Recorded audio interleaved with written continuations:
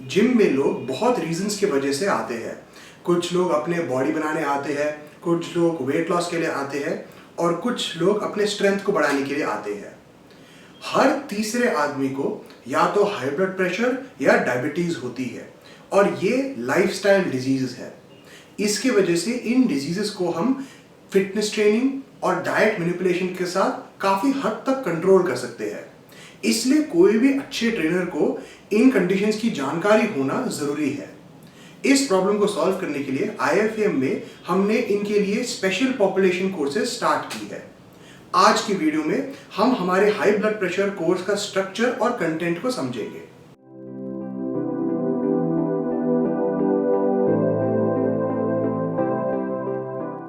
ये कोर्स में हम ये मान के चल रहे हैं कि client already high blood pressure के साथ डायग्नोज हो चुका है और वो डॉक्टर के साथ काम कर रहे हैं अपने कंडीशन को ट्रीट करने के लिए।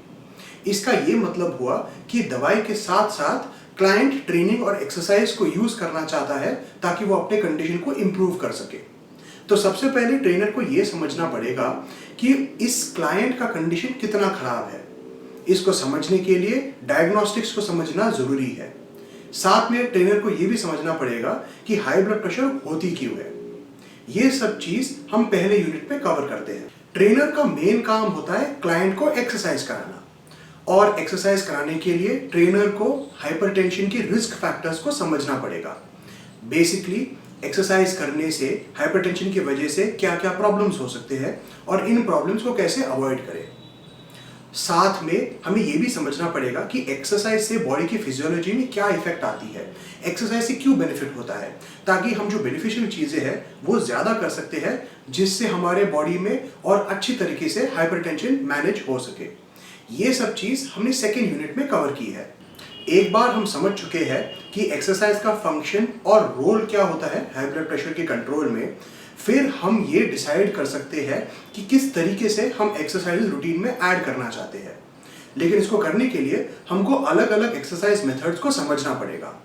तो थर्ड यूनिट में हम एरोबिक ट्रेनिंग और स्ट्रेंथ ट्रेनिंग के कुछ डिटेल्स में जाएंगे और ये देखेंगे कि इन मेथड्स को प्रॉपरली कोई हाइपरटेंशन पेशेंट के साथ कैसे अप्लाई करें ताकि बेस्ट तरीके से हम उनके ब्लड प्रेशर को कंट्रोल में ला सकते हैं। हाई ब्लड प्रेशर को कंट्रोल में लाने के लिए हमारे पास दूसरा टूल है डाइट और वेट लॉस। अभी डाइट करने से और वेट लॉस करने से काफी हद तक ब्लड प्रेशर कंट्रोल में आ सकता है, लेकिन ऑब्वियसली हाइपरटेंशन की वजह से काफी सारे स्पेशल कंसिडरेशंस आ जाते हैं। तो यूनिट 4 में हम ये कवर करेंगे कि सारे न्यूट्रिएंट्स और फूड से हाई ब्लड प्रेशर पे क्या असर होता है और किस तरीके से डाइट को कंस्ट्रक्ट करनी चाहिए। ज्यादातर पेशेंट्स जिनको हाई ब्लड प्रेशर है उनको दवाई की जरूरत पड़ती है, लेकिन हाई ब्लड प्रेशर को कंट्रोल करने के लिए बहुत सारे टाइप के मेडिसिन होते हैं और हर मेडिसिन बॉडी को अलग तरीके से मैनिपुलेट करता है।